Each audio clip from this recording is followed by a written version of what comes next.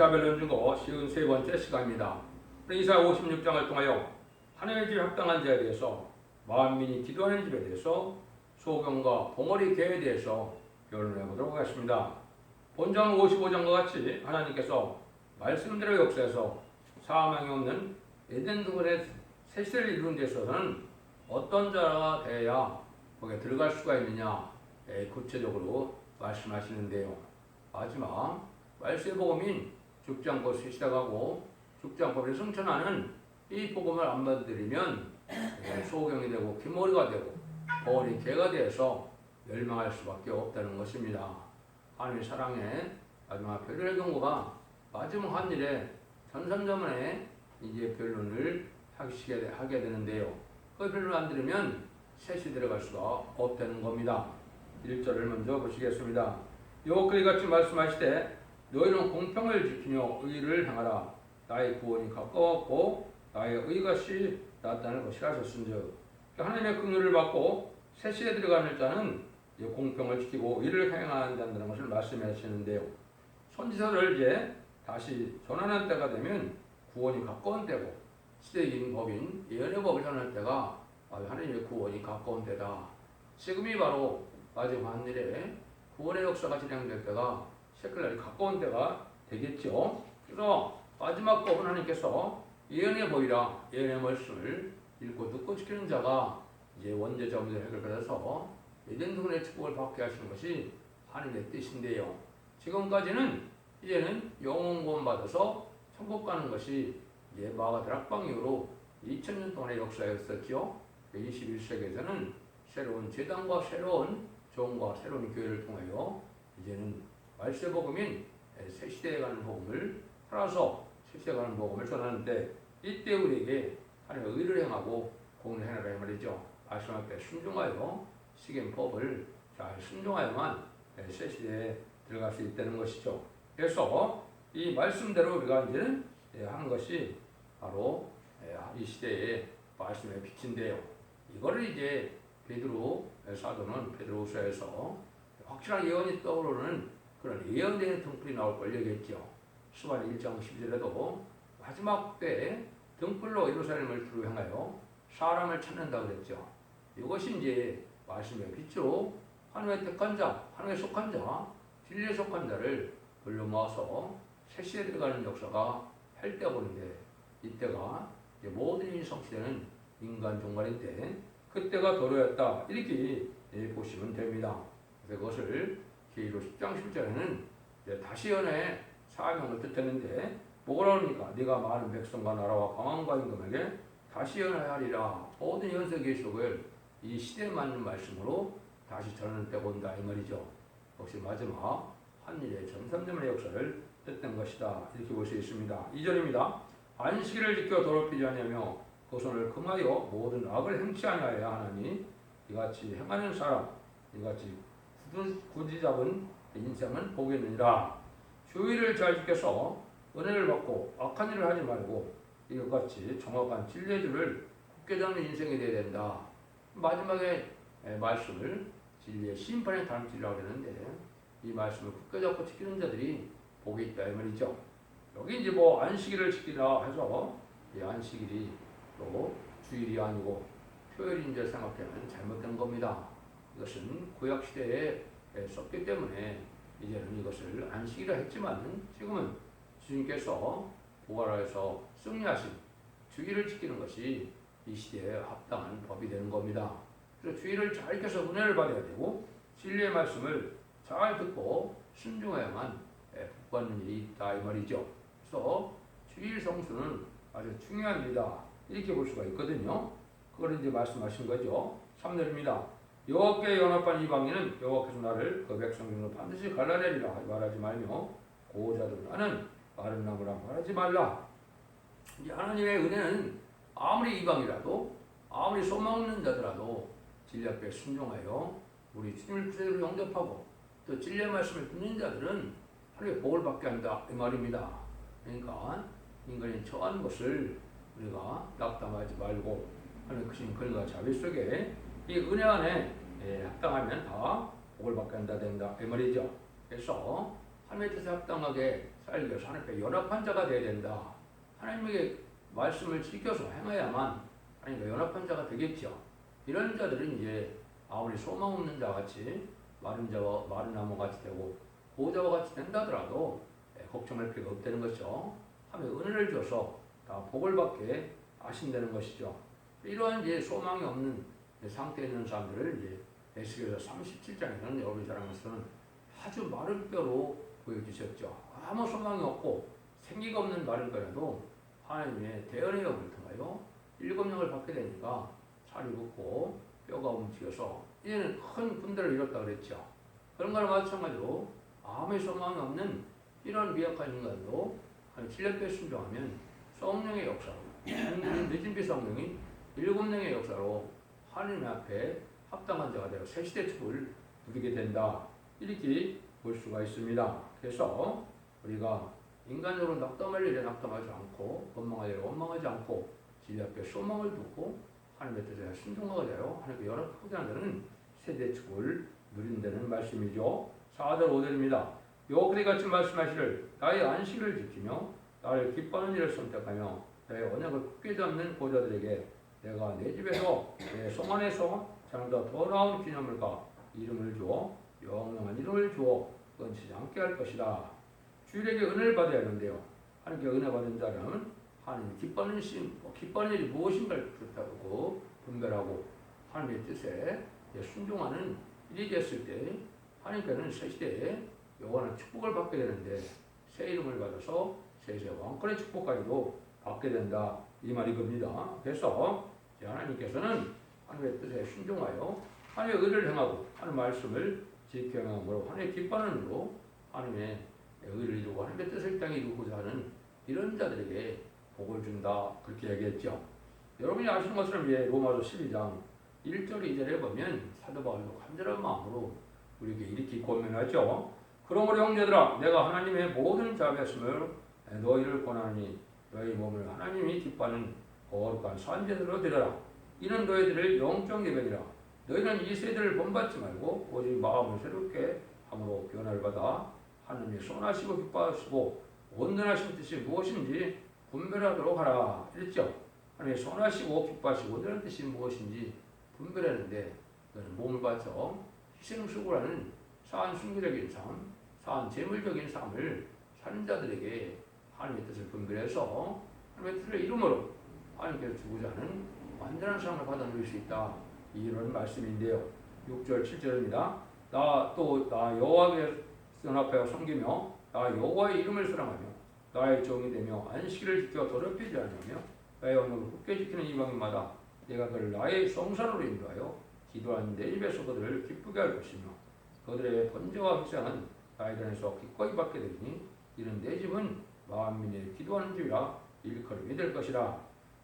이렇게 아는 인간이 아무런 소망이 없어 보는 고자 같은 사람에도 영영한 이름에서 끊쳐지지 않는다. 이 말 있죠.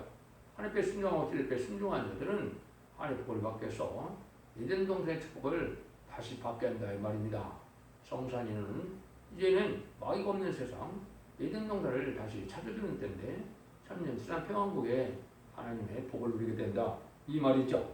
그래서 이런 자들은 하나님께서 한 무리가 되어서 마음을 기도하는 이런 집에 이르러서 셋째 축복을 누리는데 이것이 이제 어떻게 되겠어요? 마지막 한 년 동안에 전선년 동안에 알고 보는 하나님의 교회가 되겠죠. 그것이 인간정원에 이제는 영광과 깨끗해요. 새 시대 복을 누리게 하는 완전 변의 역사가 나타나는 첫 대의 역사를 말씀하는 겁니다. 이것이 진정 하나님 앞에 마음을 기도하는 집이 될 수 있다. 이 말이거든요. 이렇게 하는 것으로 모으는 때가 바로 전선년 말인데 알과 쭉전을 모으는 때 진리에 순종한 자들이 알고로 모아서 참고해 드린다 그랬죠. 그것이 이제 진정 이 시대의 사명을 맡은 첫 대의 사명자다. 그래서 인발이 104,000명의 변호성자가 나오는 그 재단만이 신앙의 종로가 되고 그 나머지 교회는 바벨교회가 된다는 것을 여러분이 아셔야 되죠. 그리고 11장 1절에서 3절에도 보면 뭐라고 했어요? 지휘바 같은 거 할 때로 청량을 했어. 이제 청량받지 못한 이방인들은 어떻게 한다고요? 이제 마음도 안 짓밟힌다. 호접년 말까지 해서 짐승의 피를 받게 한다 이 말이죠. 이때 알고로 모아지는 자들은 한 시온의 무리가 되고 임마누엘의 역사 아래 하나님의 절대적인 보호 인도 속에서 세계의 축복을 누리게 된다 이 말이거든요. 이런 일들을 이제 주님께서 하나님께서 말씀하시는 것이고, 주님께서도 공생에 들어가기 위해요 맨 처음에 예루살렘에 올라가서 이런 성전을 나가서 뭘 먼저 하셨습니까? 그래서 비둘기 파는 자와 돈 바꾸는 자들의 상을 엎으시고 그랬죠. 이것은 바로 아버지 집을 이제 강도의 구렬로 또 장사하는 집으로 만들었다고 그랬죠. 그 성전을 성결케 하는 역사를 먼저 하시고 이제 하나님이 주님께서 새로운 이제 역사를 시작했는데요. 또 인간용을 해서 더 부패되고 타락한 교회들은 이제 하나님 앞에 이제는 버림을 받게 되고 신령한 진리로 하나가 되어 진리의 성업을 이루는 교회가 복을 받게 될 것을 말씀하셨다. 이렇게 보면 됩니다. 그래서 우리가 진리 앞에 온전히 하나님 앞에 복받는 자들은 어떠한 자들이냐? 부패되고 속화되고 거룩하지 못한 교회에서 오히려 쫓겨나는 자들이 새시대의 복을 받게 된다는 걸 말씀하셨는데요. 이게 8절이죠. 이스라엘 쫓겨난 자를 모으는 주여가 말하노라. 내가 이미 모은 병풍성에 또 그에게 속하게 하리라 하셨느니라. 이 성소에 들어갈 때는 조금을 받더라도 하나님 앞에 순종하고 신앙의 절기를 지키는 자들이 하늘의 새시대를 이룬다 이 말이죠. 이것은 두 가지 무리를 하나님이 모을 권리에 계셨죠. 입맞은 10만 4천 명의 변호성도가 나오고 이제는 신부단장은 되지 못했지만 이 마지막 진리에 순종하여 예비처 보호소리를 받아서 남은 자가 되어 새시대 축복을 백성이 또 있게 될 걸 말씀한 것이죠. 이런 때가 온다 이 말입니다. 그래서 항상 말씀을 보다 보면 하나님의 기있음 받는 사람들은 거의 다 쫓겨남을 당했거든요. 야곱이 그랬고 요셉이 그랬고 모세가 그랬고 심지어 예수님도 그랬죠. 누가복음 4장 9절에 보면 그대로 성전에 가서 이사야 61장 1절 2절을 읽으시고 이 말씀 응했다 그랬더니 바리새인들이 예수님도 쫓겨냈죠. 이것은 이제 마귀의 흑암에 잡힌 자들과는 함께할 수 없다는 사실을 보여주는 것이죠. 인간 동물들이 속화되고 부패돼서 마귀의 밤이 된 기업권 세력에서 오히려 쫓겨나는 자들을 하나님께서 모은다. 신앙의 절기를 지키는 자를 모아서 새시대의 축복을 이루고 쫓겨나는 자들로 새시대의 강구를 이루는 것이 천년 왕국을 건설하는 것이 하나님의 뜻이라는 걸 여러분이 아셔야 된다 이 말입니다. 이런 자들이 하나님의 복받을 자들이 오히려 된다는 사실을 우리가 알 수가 있다. 그래서 성경을 읽다 보면 많은 곳에서 나오라는 말을 많이 하시죠. 무슨 망할 자들에게 바벨론화된 그런 데서 나와야 사로 보여야 거룩한 단체를 이루고 새시대의 복을 받을 단체가 되는 것을 말씀하시는데 이 마지막 때에 전하는 것이 시인판의 다른 길인데 이 말씀을 순종하지 않으면 망할 수밖에 없다는 것이요. 이따가 시인판의 환란입니다. 그것이 9절에서 12절이죠. 들의 짐승들아 삼림중의 짐승아 다 와서 삼키라. 그 파수꾼들은 소경요 다 무지의 봉어리 되라. 능히 찢지 못하며 다 꿈꾸는 자요 누운 자요 잠자기를 좋아하는 자요 이 개들은 탐욕이 심하여 족한 줄을 알지 못하는 자요 그들은 몰각한 목자라. 다 자기 길로 돌이켜서 어디 있는 자이든지 자기 이익을 도모하며 피차리를 오라. 내가 포도주를 가져오리라. 우리가 오늘 독주를 잔뜩 먹자. 내일 오늘같이 또 크게 넘치려 하느니라. 하나님의 종이라는 사람들이 이게 벙어리와 개와 같다 그랬죠. 그게 이제 짐승으로 삼키는 것은 심판의 환란이 온다는 뜻인데요. 북방세계 심판이 환란이 올 때 이 다람쥐의 말씀을 지키지 않은 자들은 벙어리 같아서 이제는 분별하지도 못하고 또 신앙 준비를 하지도 못하고 경고도 하지 못하다가 망할 수밖에 없다는 것이죠. 탐욕과 목자고 물각한 목자고 자기의 세상에 쾌락과 세상을 살고 즐기는데 빠져 있다가 때도 분별해서 망할 자들이다 이 말이죠. 여러분이 이제 지난번에 42장에서 보면 소금과 기머리가 나와 있었죠. 하나님의 사자고 하나님의 종들이 소금과 기머리라고 그랬는데 그건 뭐를 뜻했느냐면 지금까지 2000년에서는 예수 믿고 중생받아서 영웅못 받는 것을 2000년 동안 전한 거죠. 제레미야서가 올 때는 죽지 않고 세척하고 죽지 않고 변화성천하는 말세 복음인 영원한 복음을 아름다운 식을 전할 때 이걸 받아들이지 않으면 영혼간에 구원받는 그 그 복을 받지 않으면 소금과 기머리가 된다 이 말입니다. 그런데 또 여기 소금과 기머리가 또 나오죠. 이거는 이제 마지막 사랑의 변론의 경고로 다른 주의 말씀을 전할 때 듣지 않으면 이게 어리석은 자가고 몰각한 자가 돼서 망하게 된다 이 말입니다. 이것이 마지막 사랑의 변론의 경고를 하는 것을 뜻했는데요. 그래서 여러분들이 이제는 이렇게 되어 있죠. 계시록 22장 15절에 보면 개들과 순객들과 이런 자들은 성 밖에 있게 된다 이 말이죠. 그 개들이 나옵니다. 그 개들이 누구겠습니까? 배경은 물곡한 목자다. 또 교권수에 대해서 예수님을 핍박하는 자들을 또 개라고도 하셨죠. 이런 자들이 이제 새 시대를 가지 못한다는 말입니다. 그래서 그 말씀을 이제 42장 18절 20절에는 너희 기목으로 들으라. 너희 소경들아 밝혀보라. 소경이 누구며 내 종이 아니냐. 누가 나의 보내는 나의 사자같이 기목이겠느냐. 누가 나와 친한 자같이 소경이겠느냐. 누가 여호와의 종같이 소경이겠느냐. 네가 많은 것을 볼지라도 유의치 않으며 귀는 밝히려도 듣지 않는도다. 이게 이제 영육권의 권을 받아서 가족적인 자손 만대 축복이는 계시록 10장 6절에 영원한 복음이고 이사 40장부에서는 그걸 아름다운 수시라고 그랬죠. 그래서 이제 젠줄 영접할 이런 복음을 전할 때 이걸 안 받아들이면 소금과 기머리가 된다 이 말입니다. 이제는 마지막 1300년 만에 진리의 심판애들한테로 마지막 변론의 경고를 듣지 않을 때 이걸 순종치 않으면 망한다는 것을 경고한 겁니다. 이 엄중한 경고거든요. 이걸 우리가 잘 받아들여야 될 때가 온 것입니다. 하나님은 독생자의 생명의 피로써 셋을 이루는 동시에 그런데 믿는 중에도 합당치 못한다는 새 시대로 가지 못한다 이 말이죠. 합당한 자들만 성산에 들어가게 한다. 성산은 마귀가 없는 에덴 동산에 회복된 천년치상 평화를 뜻된 것이죠.